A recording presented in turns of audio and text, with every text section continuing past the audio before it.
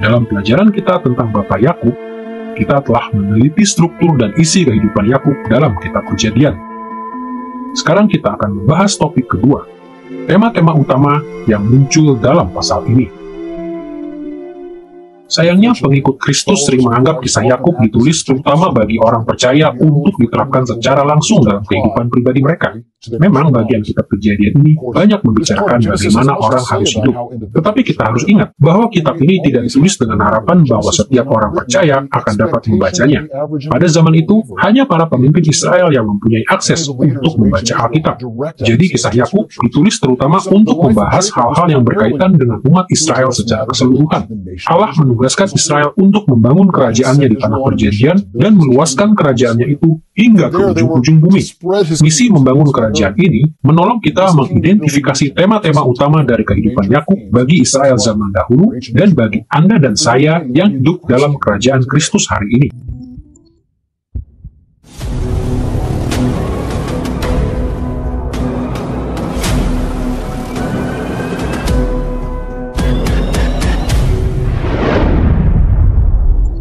Dalam pelajaran tentang kehidupan Abraham, kita melihat Musa menekankan 4 tema utama.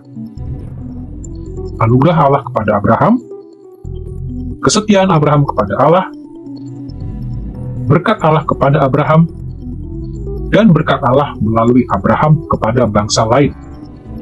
Tema-tema ini muncul lagi dalam kehidupan Yakub. Karena itu kita akan melihat bagaimana kisah Yakub menekankan keempat tema ini.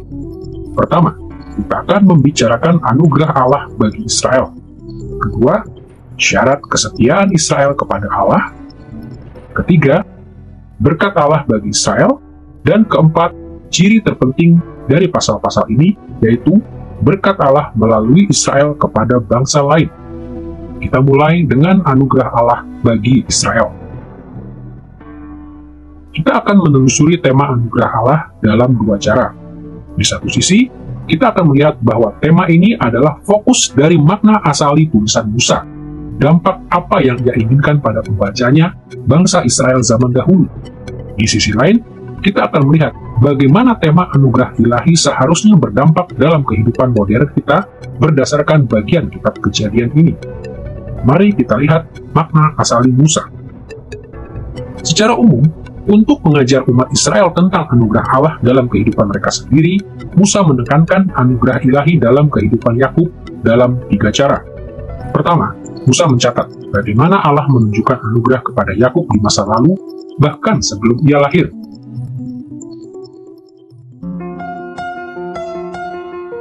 Episode awal kisah Yakub menyoroti tema ini.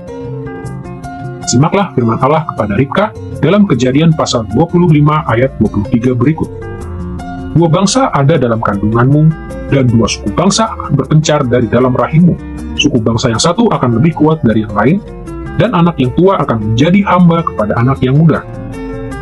Dalam Roma pasal 9 ayat 11-12, Rasul Paulus berkata, Yakub menerima rahmat Allah bahkan sebelum ia melakukan apapun, baik maupun jahat.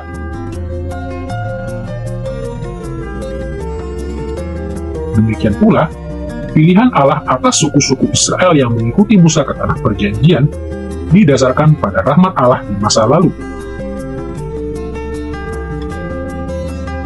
Dalam Ulangan pasal 7 ayat 7-8, Musa mencatat, bukan karena lebih banyak jumlahmu dari bangsa manapun juga, maka hati Tuhan terpikat olehmu dan memilih kamu.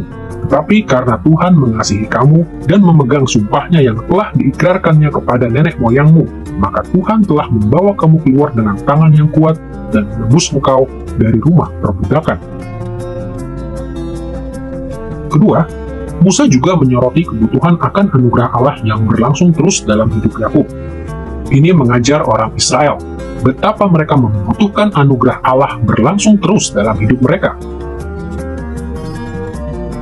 Fokus ini mula-mula muncul dalam kisah kelahiran Yakub dalam Kejadian pasal 25 ayat 24-26. Simaklah Kejadian pasal 25 ayat 26 berikut. Sesudah itu keluarlah adiknya, tangannya memegang tumit Esau. Sebab itu ia dinamai Yakub. Ia diberi nama Yakub karena tangannya memegang tumit Esau ketika mereka dilahirkan. Nama Yakub, Yaakov dalam bahasa Ibrani, berasal dari akar kata yang sama dengan kata yang di sini diterjemahkan tumit, yaitu Akif dalam bahasa Ibrani. Jadi nama Yakub sebenarnya berarti ia memegang tumit. Tetapi dalam hal ini, namanya mengandung konotasi subversi dan penipuan, karena Yakub berusaha meraih posisi anak sulung sejak hari lahirnya. Bahkan dapat kita katakan, arti nama Yakub adalah penipu. Ini menjelaskan reaksi Esau dalam Kejadian pasal 27 ayat 36 setelah Yakub memperdayakan Ishak sehingga memberikan berkat Esau kepadanya. Kata Esau, bukankah tepat namanya Yakub, karena ia telah 2 kali menipu aku. Hak kesulunganku telah dirampasnya, dan sekarang dirampasnya pula berkat yang untukku. Nama Yakub cocok dengan perbuatannya, dan jelas ia membutuhkan anugerah Allah berlangsung tiap hari dalam hidupnya. Musa sering menyoroti pemberian anugerah Allah yang terus berlangsung, khususnya yang relevan bagi pembacanya. Contohnya, dalam Kejadian pasal 26 ayat 26-33, Allah menunjukkan rahmat kepada Ishak dengan memberinya keamanan di tengah orang Filistin. Ketika Musa menulis pasal-pasal ini, pembacanya juga membutuhkan anugerah Allah untuk perlindungan mereka dari orang Filistin. Selain itu, dalam pasal 34 ayat 1-31, Allah dalam anugerahnya memberi Yakub kemenangan atas orang Kanaan. Dari contoh ini, pembaca asli Musa belajar bahwa mereka membutuhkan anugerah Allah berlangsung terus untuk memberi mereka kemenangan atas penduduk Kanaan. Ketiga, kisah Yakub juga berfokus pada anugerah Allah di masa depan. Sekali lagi, kita mula-mula melihat tema ini di episode pembukaan narasi Musa. Dalam Kejadian pasal 25 ayat 23, sebelum Yakub lahir, Allah berjanji, suku bangsa yang satu akan lebih kuat dari yang lain, dan anak yang tua akan menjadi hamba kepada anak yang muda. Janji ini mengindikasikan bahwa bangsa Israel akan begitu kokoh kedudukannya di tanah perjanjian, sehingga mereka akan memperluas kekuasaannya, berarti kekuasaan Allah atas tanah milik keturunan Esau juga. Dan janji masa depan ini khususnya relevan bagi pembaca Musa ketika mereka berurusan dengan orang Edom. Allah memberikan sejumlah janji masa depan lain dalam kisah kehidupan Yakub. Contohnya, dalam mimpi Yakub di Betel dalam Kejadian pasal 28 ayat 10-22, Allah meyakinkan Yakub bahwa ia akan menerima banyak kemurahan di masa depan. Kemudian Allah meneguhkan janji anugerah serupa ketika Yakub beribadah di Betel dalam pasal 35 ayat 11-12. Janji anugerah masa depan bagi Yakub menunjukkan pada pembaca Musa masa depan gemilang yang Allah tawarkan kepada mereka ketika mereka akan menaklukkan dan menduduki Kanaan.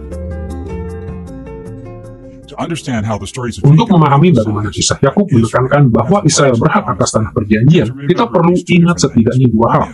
Satu, bahwa kisah ini terutama mengedepankan kontras antara Yakub dan Esau, pihak-pihak yang sepertinya bersaing sebagai ahli waris sah dari janji-janji Abraham.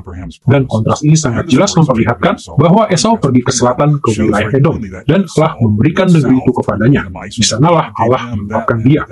Sedangkan Yakub adalah ahli waris sah dari janji yang diberikan kepada Abraham untuk tanah perjanjian. Tetapi Anda juga menemukannya dalam kisah Laban ketika Yakub pergi. Mereka adalah tetangga di sebelah utara, kaum kerabatnya, tapi ia tinggal di sana hanya untuk sementara waktu. Yang lebih penting dari kontras antara Yakub dan Esau, Yakub dan Laban, adalah kenyataan bahwa Yakub meninggalkan tanah perjanjian setelah menipu ayah dan kakaknya. Ia meninggalkan tanah perjanjian. Dalam pasal 28, di Betel ia mendapat mimpi yang terkenal. Ia melihat Allah dan para malaikat, dan ia berkata, "Maukah engkau menjamin bahwa aku akan kembali ke negeri ini?" Dan Allah meyakinkannya akan hal itu. Kemudian di pasal 35, Anda diingatkan akan peristiwa itu ketika Allah berkata, "Pergilah ke Betel, dirikanlah mesbah. Dirikan mesbah di tempat aku berkata kepadamu, aku akan membawamu kembali." Kita tahu Betel terletak di tanah perjanjian, dan bagian dalam kehidupan Yakub itu secara positif meneguhkan gagasan bahwa inilah negeri yang Allah berikan kepadanya, terlepas dari semua kegagalannya. Meskipun ia telah menipu kakaknya, menipu ayahnya, bahkan melakukan hal-hal yang meragukan di tempat Laban. Terlepas dari semua itu, Allah memilih Yakub sebagai ahli waris negeri yang dijanjikan kepada bapa leluhurnya. Abraham. Setelah kita melihat makna anugerah Allah bagi Israel, mari kita membahas bagaimana anugerah Allah seharusnya berdampak pada penerapan modern kisah Yakub.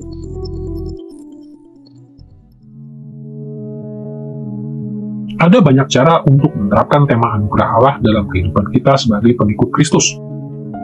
Tetapi untuk mudahnya, kita akan melihat dalam kaitan dengan inaugurasi kerajaan Kristus, kelanjutan kerajaannya sepanjang sejarah gereja, dan penyempurnaan kerajaan saat kedatangannya kembali dalam kemuliaan. Ketiga tahap kerajaan Kristus ini menggambarkan cara perjanjian baru mengajar pengikut Kristus untuk menemukan anugerah Allah masa lalu, masa kini, dan masa depan dalam hidup mereka. Pertama, sebagai pengikut Kristus, ketika kita melihat anugerah masa lalu dalam hidup Yakub, kita harus ingat bagaimana Allah mengungkapkan anugerah masa lalu kepada kita, khususnya dalam inaugurasi kerajaannya dalam Kristus. Kedatangan pertama Kristus terjadi pada akhir sejarah panjang anugerah yang dilimpahkan sepanjang perjanjian lama. Dan ayat-ayat seperti Roma pasal 5 ayat 20 mengindikasikan bahwa Allah melimpahkan lebih banyak anugerah dan rahmat dalam kedatangan pertama Kristus daripada sebelumnya. Paulus mengatakan, di mana dosa bertambah banyak, di sana kasih karunia menjadi berlimpah-limpah. Kedua, anugerah Allah yang berlangsung terus dalam hidup Yakub mengingatkan kita untuk mencari dan bergantung pada rahmat Allah yang terus berlangsung sepanjang kerajaan Kristus. Ibrani pasal 4 ayat 16 memberitahu kita bahwa pengikut Kristus boleh dengan penuh keberanian menghampiri tahta kasih karunia Allah. Dan kita akan menemukan kasih karunia yang terus berlangsung untuk mendapat pertolongan kita pada waktunya. Dan ketiga, ketika kita melihat jaminan anugerah masa depan dari Allah kepada Yakub, kita seharusnya mengingat anugerah masa depan Allah bagi kita kelak saat penyempurnaan kerajaan Kristus. Seperti pembaca Musa belajar tentang anugerah masa depan di tanah perjanjian, pengikut Kristus rindu melihat janji-janji Allah digenapi dalam ciptaan baru. Efesus pasal 2 ayat 7 mengingatkan kita bahwa ketika Kristus datang kembali, kita akan mengalami kekayaan kasih karunia Allah yang melimpah-limpah. Setelah membahas tema anugerah Allah bagi Israel, maka kita akan melihat tema utama kedua, yaitu syarat kesetiaan Israel kepada Allah. Dalam perjanjian lama maupun perjanjian baru, jelas bahwa keselamatan kekal diberikan seluruhnya oleh anugerah Allah. Tidak seorang pun dapat meraih keselamatan oleh perbuatan.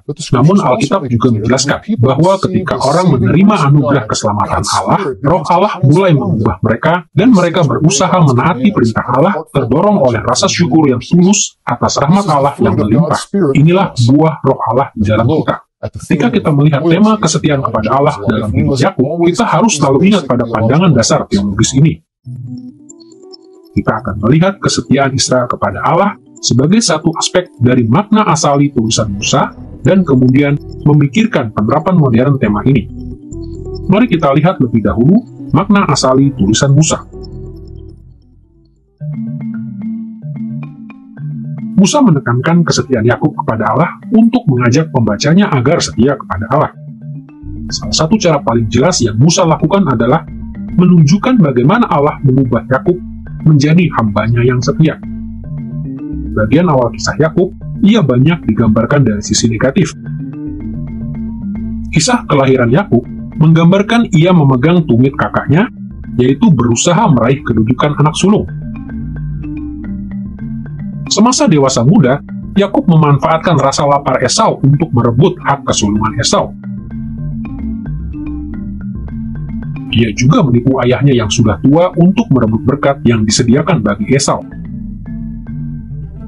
Satu-satunya perkecualian dalam gambaran karakter yang negatif ini adalah sumpah Yakub di Betel, yaitu sumpah jika Tuhan melindunginya, Tuhan akan menjadi Allahnya. Lalu setelah sumpah itu, Yakub pergi untuk tinggal bersama Laban. Rupa-rupanya, benih kesetiaan kepada Allah yang ditaburkan dalam hati Yakub di Betel terus bertumbuh. Meskipun mengalami perlakuan buruk dari Laban, Yakub meninggalkan ayah mertuanya itu sebagai manusia baru. Musa menggambarkan transformasi ini dengan jelas dengan sedikitnya 4 cara. Pertama, Musa mencatat bahwa Yakub menunjukkan penyesalan kepada Esau. Dalam pasal 32 ayat 4-5, Yakub memerintahkan hambanya untuk menyebut Esau tuanku. Dan ketika Yakub sendiri akhirnya berjumpa dengan Esau dalam Kejadian pasal 33 ayat 8, ia menyebut Esau tuanku. Kedua, Yakub menunjukkan penyesalan kepada Allah. Dalam Kejadian pasal 32 ayat 10, Yakub mengaku kepada Allah, "Sekali-kali aku tidak layak untuk menerima segala kasih dan kesetiaan yang Engkau tunjukkan kepada hambamu ini." Ketiga, Yakub menerima nama baru dari Allah. Dalam Kejadian pasal 32 ayat 22-32, Yakub bergulat dengan seorang malaikat di tempat penyeberangan sungai Yabok. Dalam ayat 27, Yakub sebenarnya mengaku bahwa dia seorang penipu dengan mengatakan bahwa namanya Yakub. Malaikat itu menanggapi pengakuan Yakub dalam ayat 28 dengan mengatakan, "Namamu tidak akan disebutkan lagi Yakub, tetapi Israel, sebab engkau telah bergumul melawan Allah dan manusia, dan engkau menang." Seperti banyak nama lain dalam Alkitab, nama Yisrael pada suatu saat dalam sejarahnya adalah pujian kepada Allah yang berarti Allah bergumul atau bertarung. Ini berasal dari kata kerja Ibrani, Sarah, yang dalam ayat ke-28 diterjemahkan, "Engkau telah bergumul." Malaikat menjelaskan bahwa nama ini diterapkan pada Yakub secara khusus karena ia telah bergumul melawan Allah dan manusia, dan dia menang. Pergumulan Yakub melawan Allah merujuk kepada pergumulannya meminta berkat dalam peristiwa ini. Dan mungkin pergumulan Yakub melawan manusia merujuk pada konflik-konfliknya dengan Esau dan Laban. Dalam hidup Yakub, nama barunya mengindikasikan bahwa ia adalah manusia baru. Yakub bukan lagi penipu. Ia telah menjadi Israel, orang yang telah bergumul dan telah menang. Anda membaca dalam kitab Kejadian kisah yang menarik ketika nama Yakub diganti oleh Allah menjadi Israel. Yakub telah bergulat dengan malaikat dan menyadari bahwa malaikat itu mewakili Allah. Ia adalah malaikat Allah. Yakub menyadari bahwa Allah mempunyai rencana khusus baginya. Allah memperhatikan dia, melawat dia, memiliki maksud baginya yang amat sangat signifikan. Maka namanya diubah. Umat Israel zaman dahulu tidak memberi nama bayi sebelum dilahirkan. Tidak merancang nama sebelum kelahiran. Mereka tidak berkata, jika anak laki-laki, kita akan memberinya nama ini, dan jika anak perempuan, nama itu. Namun mereka menunggu semacam pertanda, suatu isyarat, suatu indikasi. Inilah yang terjadi pada Yakub, karena pada saat kelahirannya, ketika keluar dari rahim, ia memegang tumit Esau kakaknya, maka ia diberi nama Yaakov, yang dalam bahasa Ibrani berarti pemegang tumit, atau orang yang hina. Dan ia menyandang nama itu sepanjang hidup. Tetapi ia mengawali hidup baru ketika Allah menjumpai dia. Ketika Allah memegang Yakub dan memberinya pengertian akan maksud hidupnya yang sebenarnya, yaitu bahwa ia akan menjadi bapa suatu bangsa secara lebih langsung daripada Ishak ayahnya atau Abraham kakeknya. Jadi perubahan dari Yakub ke Israel adalah hal yang sangat indah, dan kita menghargai peran Allah di sini ketika ia memanggil bapa bangsa Israel untuk beribadah kepadanya dan menurunkan anak-anak yang akan Allah pakai untuk membentuk umatnya yang pertama di bumi. Nama baru Yakub ini sangat besar maknanya bagi pembaca Musa. Israel adalah nama nasional ke-12 suku yang dipimpin Musa dari Mesir menuju ke tanah perjanjian. Ketika mereka mendengar nama baru bapa leluhurnya sebagai hamba Allah yang setia, mereka diingatkan bahwa sebagai Israel, mereka dipanggil untuk berkumpul dan menang seperti Yakub. Gambaran positif keempat dari Yakub setelah meninggalkan Laban adalah ibadahnya yang tulus ketika ia kembali ke Betel. Sesuai janji setianya kepada Allah di Betel dalam Kejadian pasal 28 ayat 20-21, Yakub mendirikan mezbah dan sujud menyembah Tuhan dengan tulus di Betel dalam Kejadian pasal 35 ayat 3. Cerita Musa tentang transformasi Yakub mempunyai dua implikasi penting bagi pembacanya. Ia menampilkan ketidaksetiaan Yakub karena pembacanya perlu menyadari betapa seringnya mereka tidak setia kepada Allah. Tetapi ia juga menampilkan transformasi Yakub menjadi hamba Allah yang setia untuk mendorong pembacanya meniru kesetiaan Yakub. Seperti pembaca Musa perlu bergantung pada anugerah Allah, mereka juga perlu berkomitmen untuk setia beribadah kepada Allah ketika menghadapi tantangan-tantangan kehidupan di tanah perjanjian. Setelah kita melihat tema kesetiaan Israel kepada Allah dalam makna asali Musa, kita akan melihat tema ini sebagai satu aspek penerapan modern dari kehidupan Yakub. Kita akan melihat sekali lagi bagaimana dimensi kehidupan Yakub ini juga berlaku bagi kita dalam kaitan dengan inaugurasi, kelanjutan, dan penyempurnaan kerajaan Kristus. Pertama, setiap kali kisah kehidupan Yakub mengingatkan akan tanggung jawab kita untuk setia kepada Allah, kita perlu ingat bahwa Kristus telah menggenapi seluruh tuntutan kebenaran dalam inaugurasi kerajaannya. Ibrani pasal 4 ayat 15 mengatakan, Kristus dicobai sama seperti kita, tetapi tidak pernah berbuat dosa. Bahkan, Kristus begitu setia kepada perintah Allah sehingga ia rela mati disalib di bawah penghukuman Allah untuk menggantikan semua orang yang percaya kepadanya. Dan kebenarannya yang sempurna kini diimputasikan kepada kita melalui iman. Kesetiaan Kristus kepada Allah dalam inaugurasi kerajaannya mencegah kita mereduksi penerapan makna kehidupan Yakub menjadi moralisme semata. Lakukan ini, jangan lakukan itu. Setiap implikasi moral dari kehidupan Yakub harus dipandang terutama dalam kaitan dengan penggenapan kebenaran oleh Kristus bagi kita. Kedua, ketika kita melihat tema kesetiaan dalam kisah Yakub, kita menemukan panduan untuk kesetiaan kita sendiri kepada Kristus. Selama kelanjutan kerajaan Kristus, kehidupan Yakub tetap memanggil kita untuk memikirkan kesetiaan kita kepada Allah. Kita diingatkan pada Ibrani pasal 12 ayat 1-2 yang mendorong kita untuk meniru kesetiaan orang-orang yang telah mendahului kita, termasuk Yakub.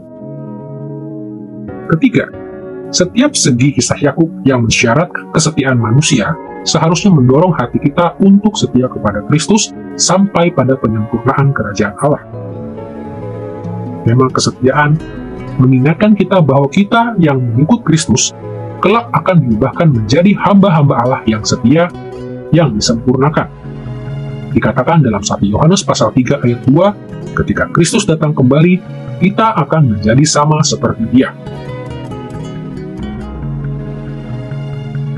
Kita dapat menerapkan kisah Yakub dalam kehidupan kita saat ini dengan melihat bahwa kepada Yakub dijanjikan berkat Allah. Firman Allah sendiri menyatakan bahwa ia telah menetapkan kasih-Nya bagi Yakub. Namun, Yakub menghabiskan sebagian besar hidupnya dalam berupaya meraih dengan menghalalkan segala macam cara apa yang Allah telah janjikan kepadanya. Kita sering melakukan hal yang sama. Kita berusaha meraih apa yang telah Allah janjikan, kadang dengan segala cara, berusaha meraih yang telah diberikannya kepada kita dalam Kristus. Ayat perjanjian baru yang paling tepat mengutarakannya adalah Roma pasal 8 ayat 32. Ia yang tidak menyayangkan anaknya sendiri, bagaimanakah mungkin ia tidak mengaruniakan segala sesuatu kepada kita bersama-sama dengan Dia? Melalui Kristus, kita dapat mendengar Mazmur pasal 46. Berhentilah bergumul dan ketahuilah bahwa Akulah Allah. Dan saya tambahkan, ketahuilah Ia Allah yang baik dan bermaksud baik kepada anak-anak perjanjiannya. Setelah membahas tema anugerah Allah bagi Israel dan kesetiaan Israel kepada Allah, kita akan beranjak ke tema ketiga di bagian ini, berkat Allah bagi Israel. Kita akan menyelidiki berkat Allah bagi Israel dengan cara sama seperti kita membahas tema-tema lain. Pertama, kita akan memikirkan makna asali Musa, dan kemudian kita akan membahas penerapan modern tema ini. Mari kita mulai dengan makna asali Musa.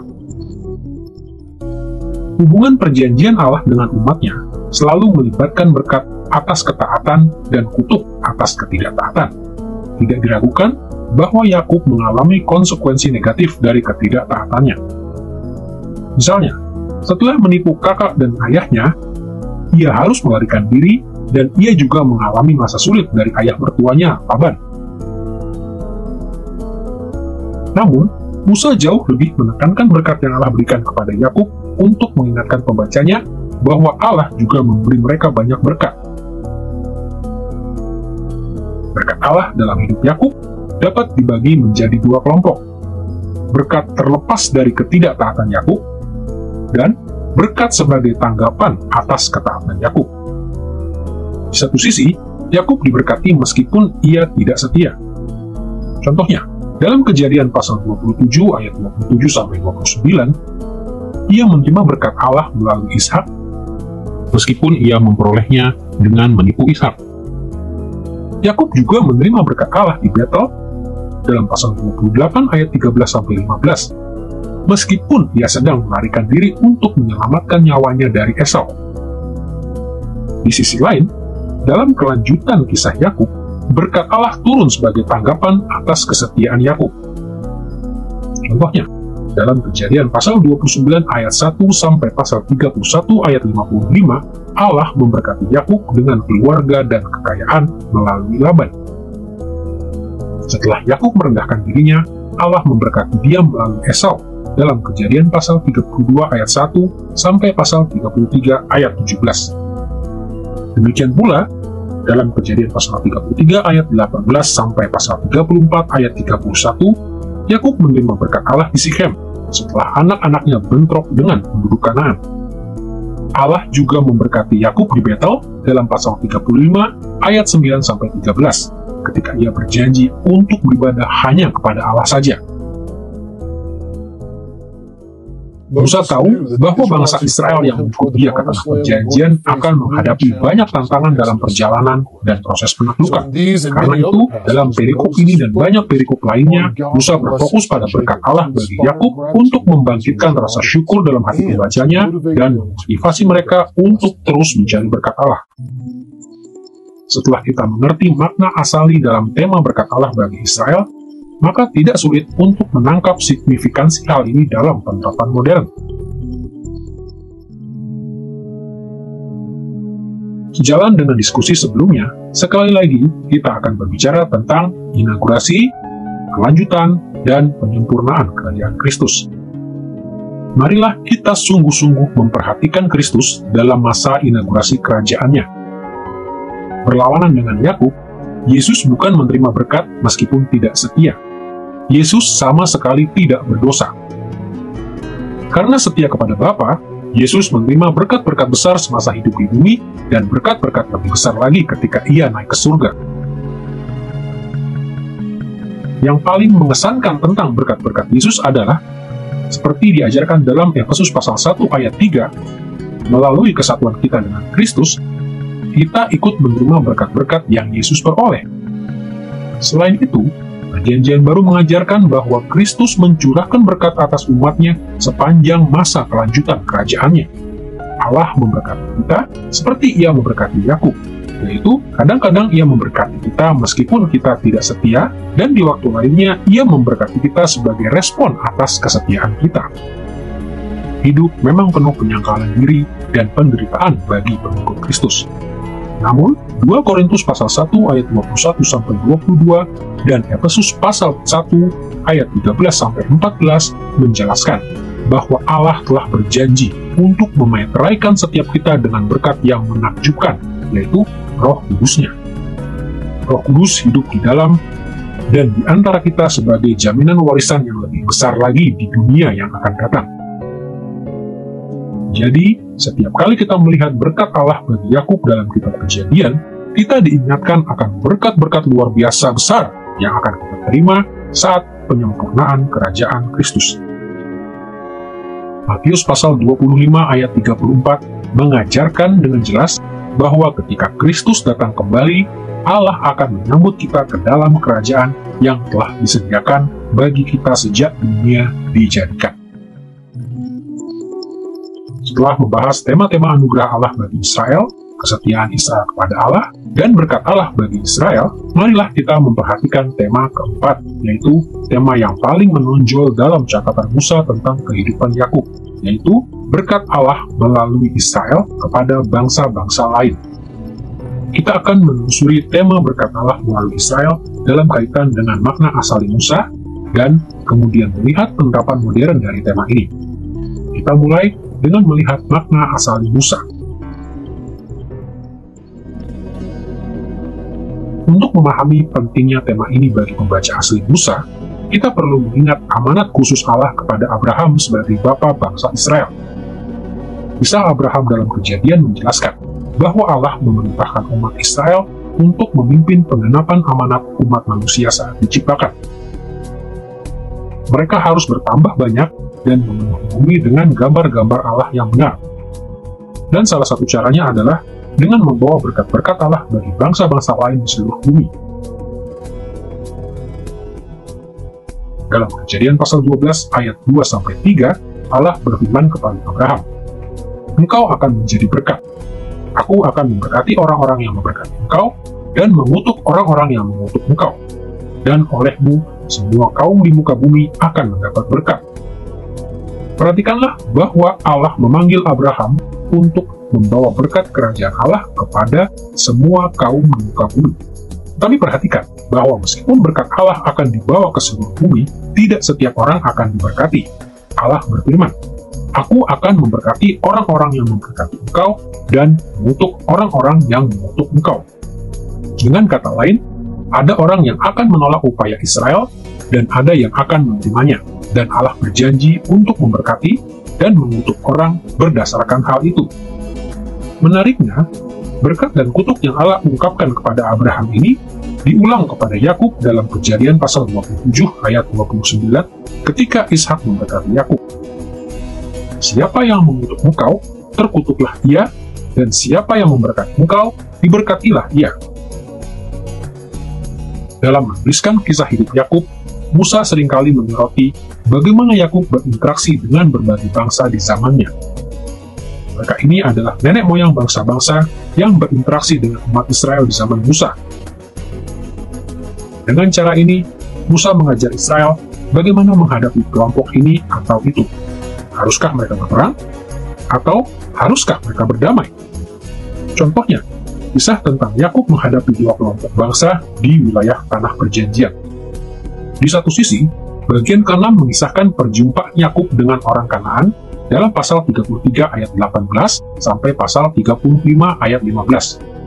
Dalam Kejadian pasal 15 ayat 16, Allah menjelaskan bahwa ia tidak akan membawa Israel keluar dari Mesir sebelum genap kedurjanaan orang Amori, nama lain untuk orang Kanaan. Dengan sangat sedikit perkecualian, seperti Rahab, orang Kanaan telah mencemarkan tanah perjanjian di zaman Musa, sehingga Allah memerintahkan Israel untuk memusnahkan mereka. Jadi tidak heran bahwa Musa mengisahkan bagaimana Yakub mengalahkan orang Sikem, dan Allah melindungi Yakub dari penduduk Kanaan lainnya. Di sisi lain, bagian kedua mengisahkan perjumpaan Ishak dengan orang Filistin dalam pasal 26 ayat 1-33. Berbeda dari konflik Yakub dengan orang Kanaan, bagian ini berfokus pada perdamaian Ishak dengan orang Filistin. Kita tahu dari Yosua pasal 13 ayat 1-5 bahwa orang Filistin mendiami tanah yang telah Allah janjikan kepada Israel. Tetapi, nama mereka menunjukkan bahwa mereka adalah pelaut dari Kaftor. Karena itu, mereka tidak secara langsung berada di bawah penghukuman Allah terhadap orang Kanaan. Kebijakan ini dikuatkan oleh teladan Abraham dalam Kejadian pasal 21 ayat 22-34 dan Ishak dalam pasal 26 ayat 26-33. Keduanya mengadakan kesepakatan damai dengan orang Filistin. Jadi orang Israel di zaman Musa harus meniru Abraham dan Ishak dengan berusaha hidup damai dengan orang Filistin. Namun, setelah generasi orang Filistin kelak melanggar perdamaian ini, Israel berperang melawan mereka. Selain contoh-contoh ini, kisah Yakub juga menceritakan tentang orang-orang yang hidup di luar tanah perjanjian. Misalnya, Masa Yakub bersama Laban dalam pasal 29 ayat 1 sampai pasal 31 ayat 55 berfokus pada kerabat jauh orang Israel yang tinggal di Padan Aram di sebelah utara tanah perjanjian. Catatan masa hidup Yakub di sana memperingatkan terhadap penipuan yang dilakukan Laban dan keluarganya. Tetapi Kejadian pasal 31 ayat 51 sampai 55 mengindikasikan bahwa Yakub dan Laban bersumpah untuk menghormati batas geografis di antara mereka dan hidup dalam damai satu dengan yang lain. Dalam hal ini jelas bahwa bangsa Israel yang mengikut Musa harus hidup dalam damai dengan kerabat mereka di perbatasan utara. Di kemudian hari, barulah Israel memperluas kerajaan Allah ke wilayah ini juga. Selain berurusan dengan penduduk di tanah perjanjian dan di perbatasan utara, sebagian besar kisah hidup Yakub berfokus pada interaksinya dengan kakaknya Esau. Telah kita lihat bahwa awal pertikaian kedua saudara dan bangsa ini dalam Kejadian pasal 25 ayat 19 sampai 34 menekankan kenyataan bahwa interaksi Yakub dan Esau menggambarkan interaksi Israel dengan kaum Edom yang tinggal di Seir, batas selatan dari tanah perjanjian. Edom terutama penting bagi pembaca asli kitab Kejadian, karena mereka dimusuhi oleh Edom ketika mereka harus menyusuri batas selatan tanah perjanjian. Allah memerintahkan bangsa Israel untuk berperang melawan penduduk lain di wilayah ini. Tetapi dalam Ulangan pasal 2 ayat 4-6 dan Bilangan pasal 20 ayat 14-21, kita membaca bahwa Musa secara spesifik memerintahkan Israel untuk hidup berdamai dan rendah hati dengan kerabat mereka, kaum Edom. Kisah Yakub mengingatkan bangsa Israel bahwa Yakub telah meraih berkat Allah melalui penipuan. Ini juga menunjukkan bahwa Yakub merendahkan diri di hadapan Esau. Dan lebih dari itu, kisah Yakub berfokus pada pemisahan geografis yang damai antara Yakub dan Esau dan keturunan mereka. Narasi Musa menunjukkan bagaimana bangsa Israel di zamannya harus memperlakukan orang Edom. Jauh di kemudian hari, ketika orang Edom mulai mengganggu Israel, barulah orang Israel berperang melawan mereka.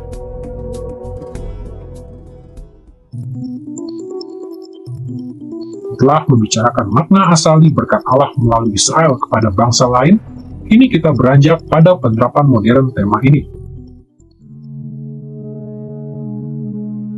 Tema ini banyak implikasinya atas hidup kita, tetapi untuk mudahnya, kita akan sekali lagi berfokus pada 3 fase kerajaan Kristus.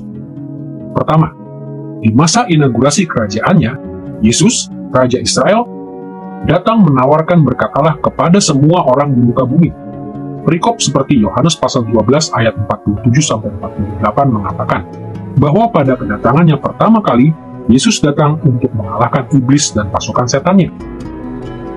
Tetapi ia juga datang membawa tawaran damai kepada setiap bangsa di bumi. Yesus dan para rasul dan nabinya mengalami perlawanan. Tapi mereka dengan sabar menawarkan rekonsiliasi dengan Allah melalui pemberitaan Injil.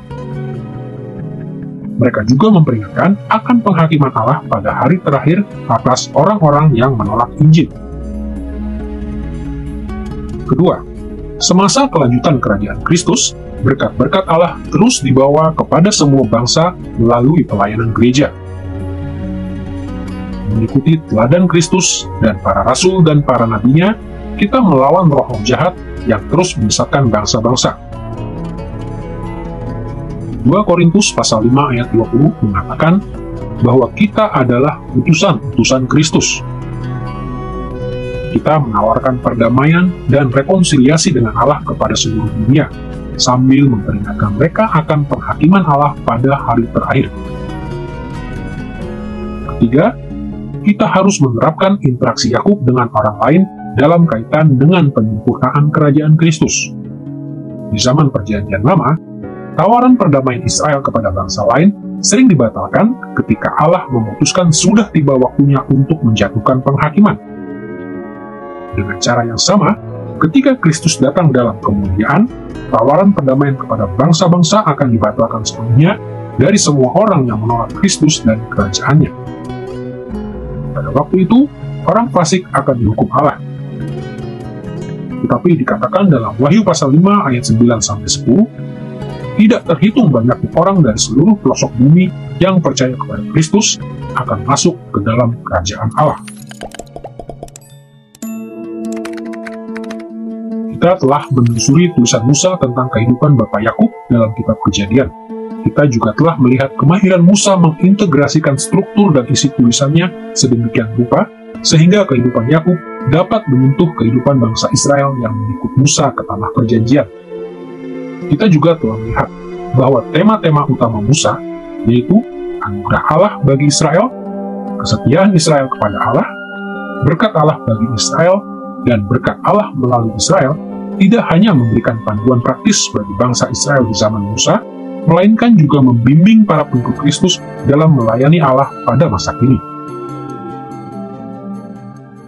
Kisah Yakub adalah kisah yang indah tentang pengharapan bagi semua orang yang percaya kepada Kristus. Dahulu, kisah ini menolong pembaca asli Musa untuk menghadapi kegagalan dan keberhasilan mereka, serta membimbing mereka dalam interaksi dengan bangsa-bangsa lain di dalam perjalanan ke tanah perjanjian. Kisah ini menolong Anda dan saya juga pada saat ini. Melalui kisah kehidupan Yakub, kita diyakinkan bahwa tidak seorang pun berada di luar jangkauan rahmat Allah. Dan sebagai umat yang dipersatukan dengan Kristus, meskipun kegagalan kita banyak, kita dapat belajar dari Yakub bagaimana membawa berkat-berkat kerajaan Allah ke seluruh dunia sampai Kristus datang kembali dalam kemuliaannya.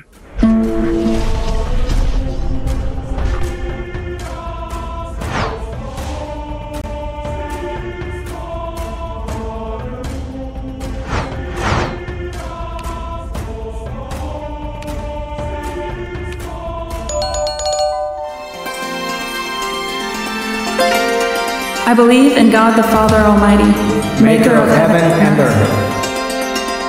I believe in Jesus Christ, His only Son, our Lord, who was conceived by the Holy Spirit and born of the Virgin Mary.